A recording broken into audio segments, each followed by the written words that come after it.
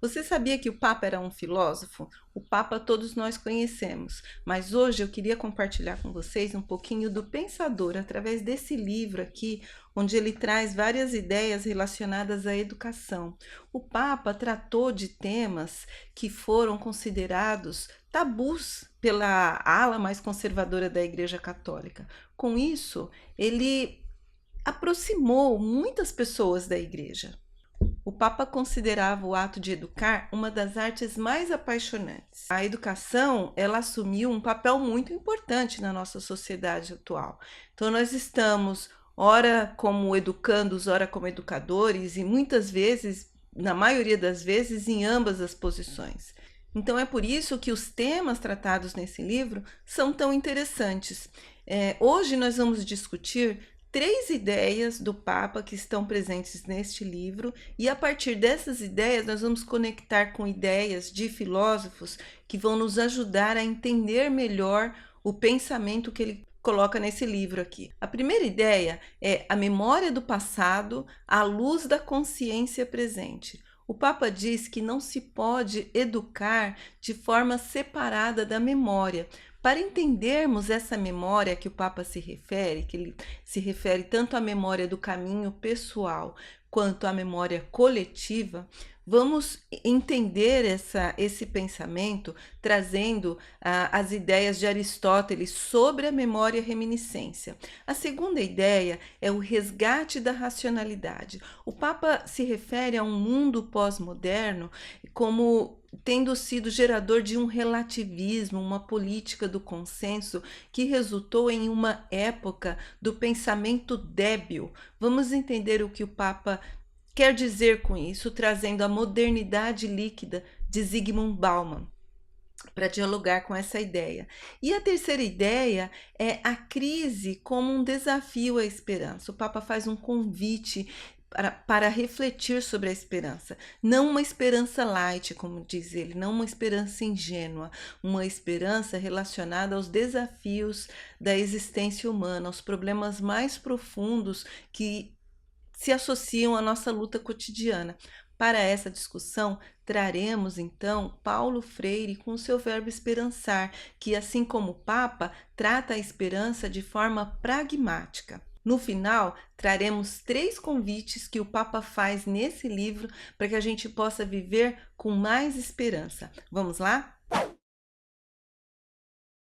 Jorge Mário Bergoglio nasceu em 17 de dezembro de 1936 em Buenos Aires. Ele era filho de pais italianos. O pai era um funcionário ferroviário e a mãe dona de casa. O jovem Bergoglio foi técnico químico antes de ingressar na ordem dos jesuítas. Licenciado em filosofia, ordenado como sacerdote em 1969, bispo em 92, arcebispo de Buenos Aires em 98, cardeal em 2001 e papa eleito em 2013 com o nome de Francisco. O nome escolhido pelo Papa diz muito sobre ele, que pautou a vida no Vaticano pela simplicidade, uma característica de São Francisco de Assis. Dizia ele: cada homem deve ter a sua dignidade pessoal como horizonte do seu agir, para além de qualquer cultura e situação. Então a gente vê aí como o Papa pautou a vida pelo seu pensamento. Nesse livro, que é apresentado como seu sonho antropológico, ele fala da educação como um compromisso, que cada um apresente os melhores compromissos para o despertar da paixão com paciência e colocar-se no caminho. A educação a que o Papa se refere é uma educação estruturante, como uma forma de vida, como uma forma de estruturar o viver, desenvolver a capacidade de raciocínio, de captar sinais que muitas vezes não são tão óbvios. É tudo que nós precisamos hoje, né? Viver com raciocínio crítico, com visão crítica, não se deixar levar pelas aparências das coisas, pelas coisas que a gente vê, pelas coisas que a gente ouve, sem fazer aquele filtro da visão crítica. E era isso que o Papa pretendia desenvolver com a educação como um meio estruturante, exatamente para estruturar um modo de viver baseado em uma visão crítica do mundo. Hoje nós vamos destacar 3 ideias desse livro: Memória do Passado à luz da consciência presente.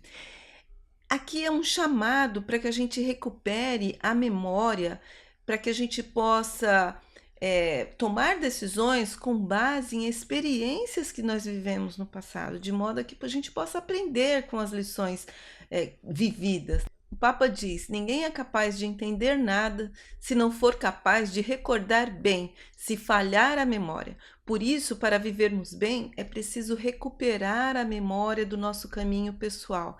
A memória aqui não é viver de forma nostálgica, olhando para o passado. A memória que ele se refere aqui é a memória como pessoa a partir das experiências, tanto a história pessoal, que não se separa da história de um povo, de uma sociedade e de uma humanidade. O Papa alerta aqui para que a gente se lembre de que a humanidade ela tem uma memória que é uma memória coletiva, uma recordação ancestral do embate entre o bem e o mal.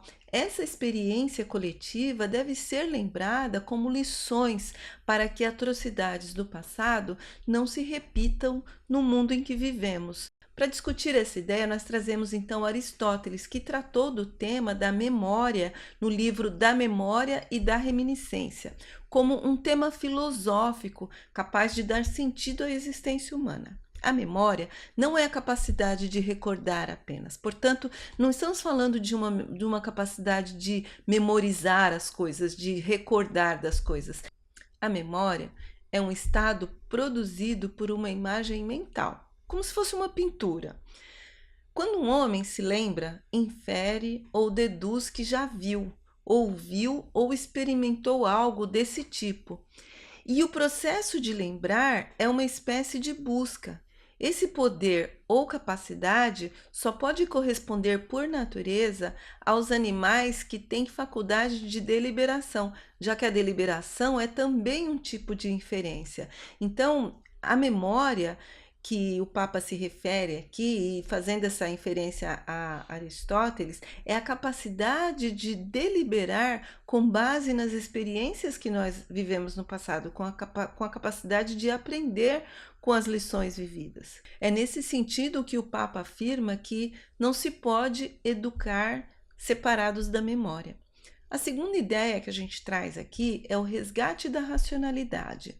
O Papa afirma que o século XXI é marcado pela multiplicidade de sentidos fragmentados, que leva a uma ambiguidade que se estende por toda a sociedade. A cultura atual recosta-se no sentimento, na impressão e na imagem, onde o cotidiano se reduz ao cálculo, ao número e ao conceito. Então, a educação tem o desafio de provocar as mentes para que o saber não fique reduzido à informação, mas sim a essa capacidade de relacionar, de juntar esses fragmentos, todas essas informações que estão espalhadas por aí, para que a gente seja capaz de fazer perguntas e elaborar respostas.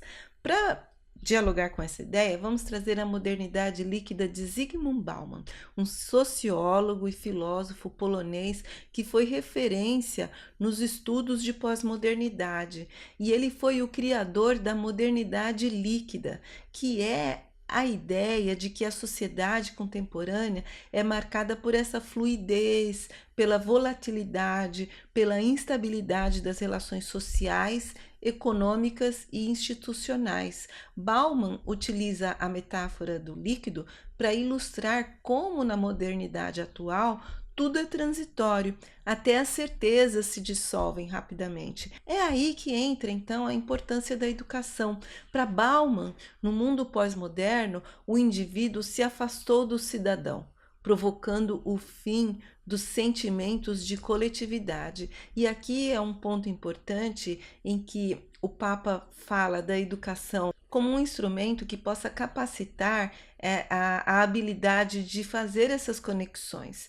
Então, quando a gente traz isso para essa sociedade da modernidade líquida, em que tudo é muito líquido, tudo é muito solto, tudo é muito ambíguo, tudo é muito temporário, tudo é muito passageiro, é importante desenvolver essa habilidade de conectar a história com o presente, de conectar esses diferentes pontos de informações com o mundo que a gente vive e de conectar a nossa história pessoal com uma história coletiva. Então, é nesse sentido que Bauman alerta na sua modernidade líquida que nós deixamos de ser partes de um coletivo, deixamos de ser cidadãos para sermos indivíduos. A individualização agora significa uma coisa muito diferente do que significava há 100 anos e do que significava nos primeiros tempos da era moderna, diz Bauman. Na sociedade da modernidade líquida, as necessidades individuais se sobrepõem às necessidades do coletivo e os valores morais se reduzem ao senso comum sem filtro. A política do consenso causou um nivelamento por baixo e resultou em uma época do pensamento débil. Nesse sentido, a ideia de resgate, de racionalidade, é a necessidade de desenvolvermos as competências necessárias para um pensamento crítico, para lidar com um mundo fragmentado, fortemente baseado no relativismo. A terceira ideia é a crise como desafio à esperança. Esse é um convite à reflexão para a esperança, a partir dos problemas mais fundos que assolam a nossa luta cotidiana. O Papa fala de uma crise da educação como um evento global. E ele diz que existe uma dificuldade que vai além da dificuldade do entendimento da realidade para uma dificuldade do entendimento de si. O Papa diz que é uma crise do autoconhecimento e essa crise leva a uma descrença sobre a política, uma descrença sobre o futuro climático, sobre como lidar com todas essas informações, como lidar com a capacidade humana de resolver as guerras, as injustiças, a fome, o ciclo de destruição planetária. Essa ideia essa descrença pode levar a uma postura pessimista, um cansaço de como lidar com essas incertezas. Por isso, o Papa apresenta uma ideia de esperança pragmática, que é uma esperança com base na nossa capacidade de ponderar tudo e ficar com o melhor de cada coisa. Ou seja, evitar o determinismo. Diz o Papa, a esperança vê mais longe, abre para novos horizontes, convida a outras profundidades. Portanto, o Papa cita a esperança como uma ação pragmática, como uma dinâmica que nos torna livres do determinismo. Para essa discussão, vamos trazer a ideia de Paulo Freire, que criou o verbo esperançar. É preciso ter esperança, mas ter esperança do verbo esperançar, porque tem gente que tem esperança do verbo esperar. E esperança do verbo esperar não é esperança, é espera. Esperançar é se levantar, esperançar é ir atrás, esperançar é construir, esperançar é não desistir, esperançar é levar adiante. Esperançar é juntar-se com outros para fazer de outro modo. Paulo Freire é mundialmente reconhecido por sua abordagem inovadora na educação. Seu trabalho mais conhecido é a Pedagogia do Oprimido, onde ele defende a educação como prática de liberdade, instrumento de conscientização, diálogo e pensamento crítico. Em A Pedagogia da Esperança, que segundo ele é um reencontro com a pedagogia do oprimido, Paulo Freire valoriza a esperança como força de transformação social e educativa. Uma das tarefas do educador ou da educadora progressista, através da análise política, séria e correta, é desvelar as possibilidades, não importam os obstáculos para a esperança, sem a qual pouco podemos fazer. Essas ideias de Paulo Freire se relacionam diretamente com as ideias que o Papa apresenta aqui nesse livro, que é uma ideia de esperança pragmática, não é uma esperança de sentar e esperar acontecer, é uma esperança de fazer o que é possível, fazer o que está a nosso alcance, que é o que ele diz, olhar para as situações, para os problemas e tirar o melhor possível de cada coisa. Agora eu quero compartilhar com vocês 3 convites que o Papa faz aqui nesse livro, que são convites para que a gente possa viver com mais esperança. O primeiro convite é para cultivar os laços pessoais e sociais. Ele pede como uma revalorização da amizade, da solidariedade, um convite para resgatar os sentimentos humanos que unem a comunidade, solidariedade, sentido de justiça, respeito pelo outro, em especial e particularmente pelo mais fraco. O segundo convite é para sermos audazes e criativos. O Papa diz que novas realidades pedem novas respostas. Para isso, precisamos de um espírito aberto, que não esteja agarrado às ideias do passado. Esse é um caminho para enfrentarmos o novo sem receio, com base no diálogo e na colaboração. O terceiro é um convite à alegria, à gratuidade, à festa e à gratidão. Esse convite é uma forma de combater a tirania do utilitarismo, a ditadura da austeridade, o triunfo da amargura e a cultura do ódio. Viver com mais leveza, viver com humor. O Papa era uma pessoa muito bem-humorada e ele já trazia isso aqui nesse livro, e da mesma forma como ele foi coerente em tudo na vida, ele vivia de forma muito coerente essa questão da leveza, de enfrentar os problemas com mais leveza, né? Evitar essa sisudez da austeridade que ele menciona aqui e viver de forma mais alegre. A coerência entre a palavra e o modo de vida é uma marca registrada do Papa Francisco, que em muitas oportunidades demonstrou o seu apreço pela educação, a coragem para apresentar ideias revolucionárias com base na razão, na memória da humanidade, sem perder de vista a mensagem de esperança, bom humor e alegria a que ele nos convida neste livro. Eu espero que esse vídeo tenha sido interessante para você. Muito obrigada pela companhia. Até a próxima semana e um abraço.